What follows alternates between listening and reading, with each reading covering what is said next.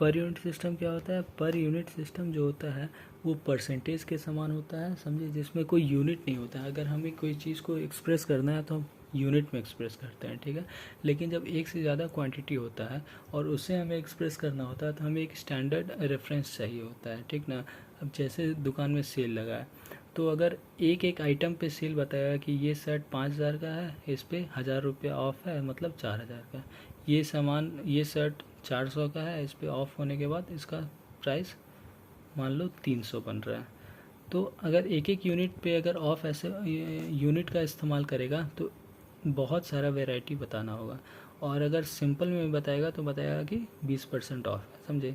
तो per unit value कुछ वैसा ही होता है, परसेंटेज के जैसा, इसमें कोई यूनिट नहीं होता है। जब एक से ज़्यादा ट्रांसफार्मर हम लोग कनेक्ट कर देते हैं तो उस समय बहुत दिक्कत हो जाता है कोई एक यूनिट में ट्रांसफार्मर का रेटिंग को बताना। तो उस समय हम लोग पर यूनिट वैल्यू का इस्तेमाल करते हैं। एक्चुअल अपॉन बेस वैल्यू होता है, बेस वैल्यू को ही हम लोग रेटेड वैल्यू कहते हैं, जो नेम प्लेट रेटिंग पे होता है। एक्चुअल वैल्यू क्या होता है? जो कैलकुलेशन में हमें मिलता है, ठीक है। बेस वैल्यू क्या होता है? नेम प्लेट रेटिंग, ये हम लोग यहाँ से निकालते हैं। मतलब बेस दो ही वैल्यू होता है, एक आई और जेड, ठीक है। जेड बेस का वैल्यू क्या होता है? केवी, मतलब ट्रांसफार्मर का जो केवी है, केवी मतलब वी रेटेड वोल्टेज जो कि लिखा हुआ है, और ट्रांसफार्मर का पावर, इससे क्या निकल जाएगा? जेड बेस, ठीक है।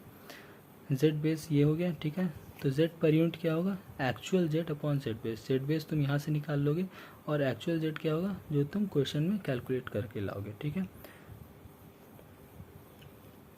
Z per unit high voltage का मतलब इक्विवेलेंट हाई वोल्टेज, अब बेस तुम हाई वोल्टेज का निकालोगे। हाई वोल्टेज कहने का मतलब क्या हुआ?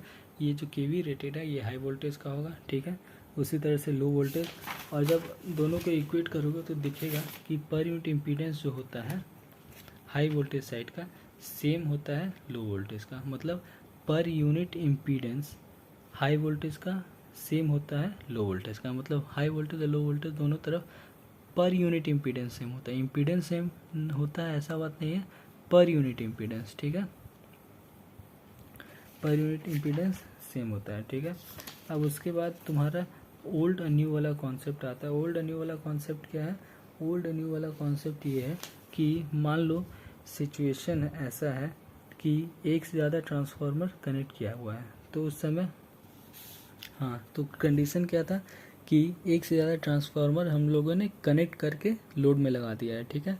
तो उस समय देखो एक्चुअल वैल्यू क्या होगा कि जब तुमने एक से ज़्यादा, मान लो 3 ट्रांसफार्मर है, ठीक है, तीनों ट्रांसफार्मर को कनेक्ट कर दिए और जब लोड से लगाने का बारी आया तो हमने वोल्ट मीटर लगा के उसका रेजिस्टेंस और वोल्टेज सब निकाल लिया, ठीक है।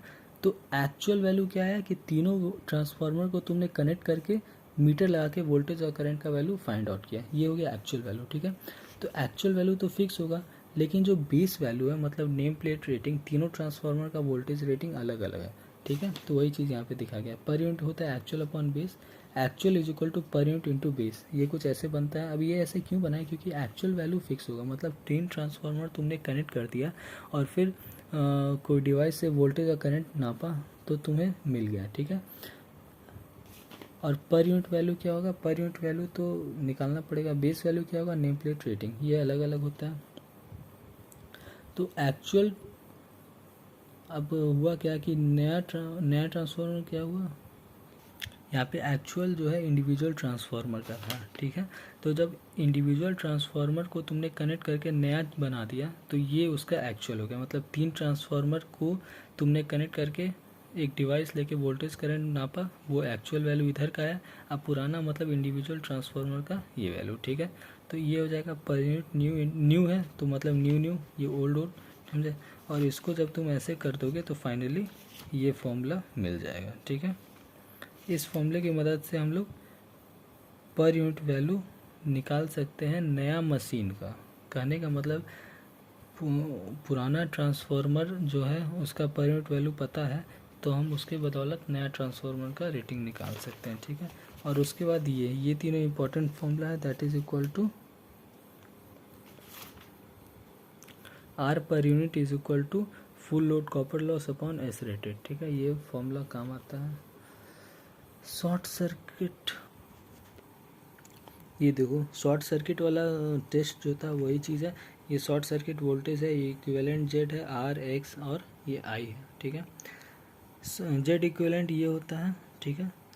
जेड बेस का ये होता है, ये भी पर यूनिट से आया, ठीक है। जेड पर यूनिट क्या होगा, इक्विवेलेंट अपॉन बेस, ठीक है। तो जब ये कर दोगे तो तुमको ये फॉर्मूला मिलेगा, ठीक है। But one short circuit condition क्या होता है कि I S C is equal to I rated हो जाता है, ठीक है। तो Z per unit is equal to V S C per unit, ये न्यूमेरिकल में यूज़ होता है, ये ज़्यादा ये नहीं।